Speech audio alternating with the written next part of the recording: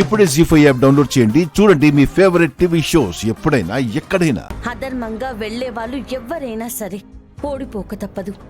అదే రుజువవుతూ వస్తుంది. దాన్ని మనము చూస్తూ వస్తున్నాం. ఆడనివ్వండి. దాని ఆటలకు అడ్డుకట్ట వేస్తాను. మీరెవ్వరూ బాధపడొద్దు. నా మాట మీద మీకు నమ్మకం ఉంది కదా, మీరు ధైర్యంగా ఉండండి.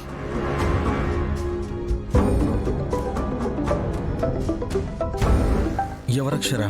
అదే. హలో, కలెక్టర్ అమ్మేనా? చేసింది నాకు కదా. అయ్యో మీకేలే. మీ గొంతు వినపడకపోయేసరికి మళ్ళీ అడిగా. వినపడింది కదా, చెప్పు. అయ్యో నేను కాదమ్మా, మా మంత్రి గారు చెప్తారు. ఒక్క నిమిషం ఆగండి.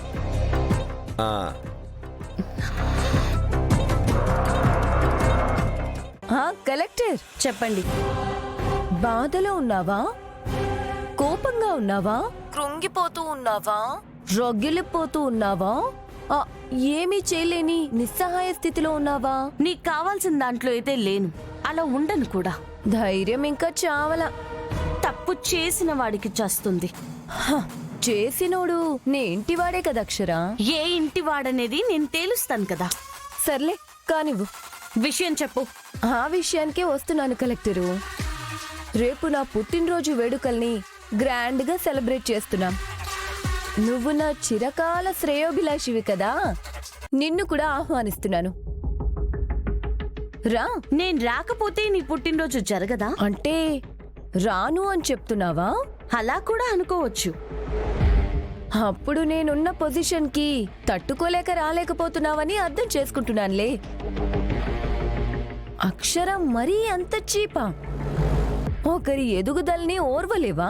ఇప్పుడేంటి, నేను రావాలి అని ఆశపడుతున్నావా? మరదే కదా కలెక్టర్, నీ స్థాయి వాళ్ళందరూ వస్తున్నారు, నువ్వు కూడా రావాలి అంటున్నాను. నీకా స్థాయి లేకపోయినా. ఏంటి ఫీల్ అయ్యావా? ఫీల్ అయ్యే రోజులు ఇక దగ్గర పడ్డట్టే కనిపిస్తున్నాయి. నీకే కదా అక్షరా. నీకు నిజంగానే ఎలా అర్థమైతే అలా. నాది మాత్రం ఒకే అర్థంలే. రేపు మాత్రం నువ్వు వచ్చే సెలబ్రేట్ చేసుకుందాం.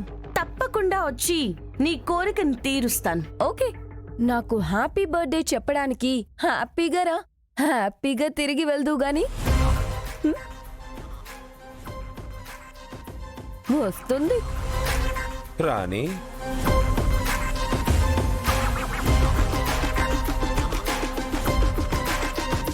అమ్మా అక్షర, నిన్ను అవమానించడానికే పిలుస్తోంది, నువ్వు వెళ్ళకమ్మా. దేవుడు అన్నీ చూస్తుంటాడు అత్తయ్య గారు. బుద్ధి చెప్పక మానడు. దానికి అది కొత్త కాదు, మనకి పాత కూడా కాదు. విరవిగనివ్వండి, పాతాళానికి పడిపోతుంది. జీ5 యాప్ డౌన్లోడ్ చేసి అన్ని ఎపిసోడ్స్ పూర్తి ఉచితంగా చూడండి.